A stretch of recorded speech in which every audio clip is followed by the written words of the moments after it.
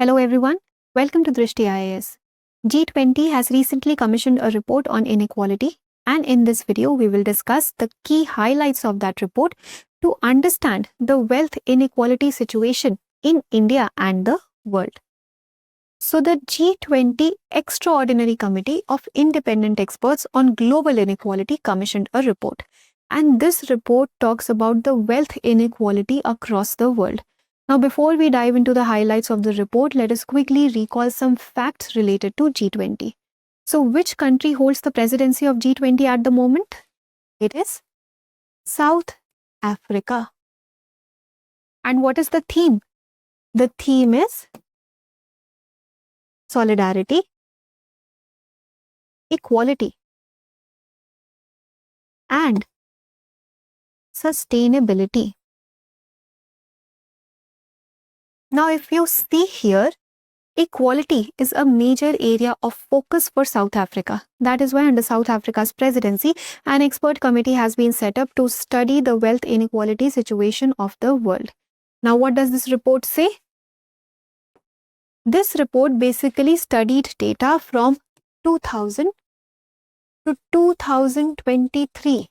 And it says that the situation of inequality in the world is at an extreme level. Because if we look at the data, let's start with India. So the top 1% wealth holders in India have seen an increase of 62% in their share of national wealth. So whatever their share was earlier in the national wealth, that has seen a significant increase. It has increased by 62%. This is a huge jump. And this number for China is 54%. Again, a huge jump. And globally as well, this is 41%. So this means that the top 1% wealth holders across the world are seeing an increase in their share of national wealth or national assets. So what does this mean? This means that there is economic growth happening in the country. National assets are increasing, but the gains from these assets or the gains from this growth, this is disproportionately distributed. The top 1% is seeing an increase in their share, but the majority of the population is still finding themselves to be in poverty. So the situation at the moment is alarming, and that is why the extreme inequality situation of the world is at a dangerous level. It is at an extreme level. And if we look at the data or the inequality within the country, we will see that inequality within countries is significantly increasing versus the inter-country inequality has seen a slight decrease. Now, what could be a possible reason for this slight decline? Look, the most populous nations like India and China, they are seeing an economic growth. So that is why maybe the disparity or the gap between the traditionally wealthy nations and the traditionally not so wealthy nations is finally declining. That is why the inter-country inequality is seeing a slight decline, but intra-country inequality is seeing a sharp increase. Other than this, if we talk about half of the world's population, the report says that half of the world's population does not have access to essential health services, and they are driving themselves to poverty because of out-of-pocket health expenditure. So out-of-pocket expenditure is the expenditure that is not going to be reimbursed because it is not insured.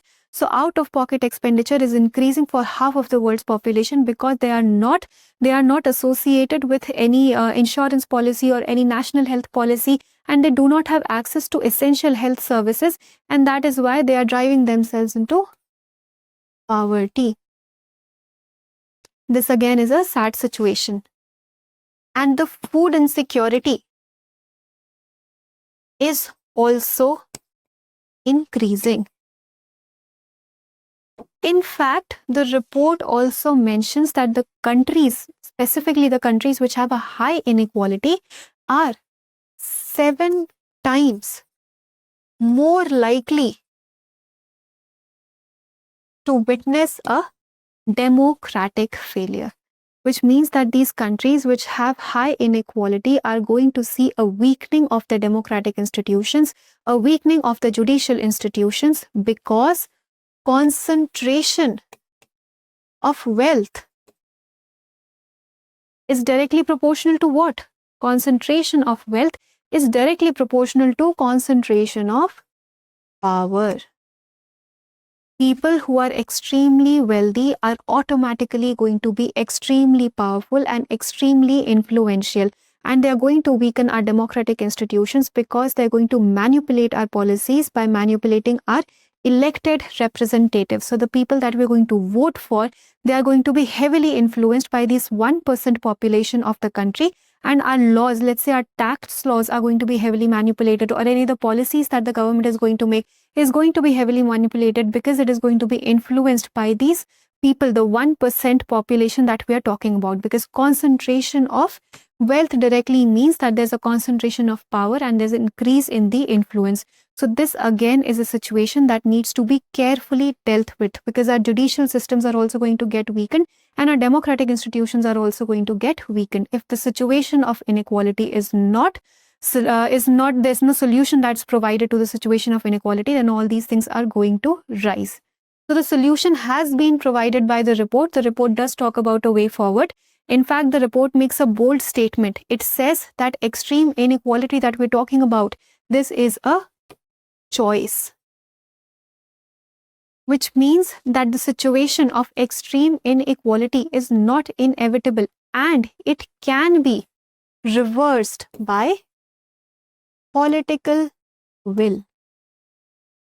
So we need to acknowledge that inequality exists. There is wealth inequality, but if there is political will, we can take care of the situation. We can reverse the situation by forming better policies, by including majority of the population, by including the marginalized sections of the society into our policies, and not being heavily influenced by just 1% of the top wealth holders of the country. So political will is going to drive away extreme inequality. This is what the report says. In fact, the report also mentions that there should be an international panel on inequality. So this international panel on inequality is going to study inequality in detail. It is going to analyze the causes of inequality and then come up with customized solutions for these countries, so that the countries can finally work on those solutions, and then we can have a complete eradication plan for this inequality for countries. So that was all for today's video. We understood that the report basically highlights that the situation is alarming. The situation of extreme inequality across the world is alarming, and something needs to be done urgently so that our democratic institutions are not weakened. So now let us look at a question for prelims. Consider the following statements about the recent G20 report on global inequality. 1. It was commissioned by the G20 Committee of Independent Experts on Global Inequality. 2. It reports that in India, the top 1% of the population increased their share of national wealth by about 62% since 2000. 3. The report was published by the World Bank as part of its annual Global Development Report. Which of the statements given above is or are correct? 1 only, 2 only, 1 and 2 only, 2 and 3 only. Please attempt this question and provide your answers in the comment section, and we will meet in a new video. Thank you for watching. For more informative content, like, share and subscribe, and do not forget to press the bell icon to get the notifications.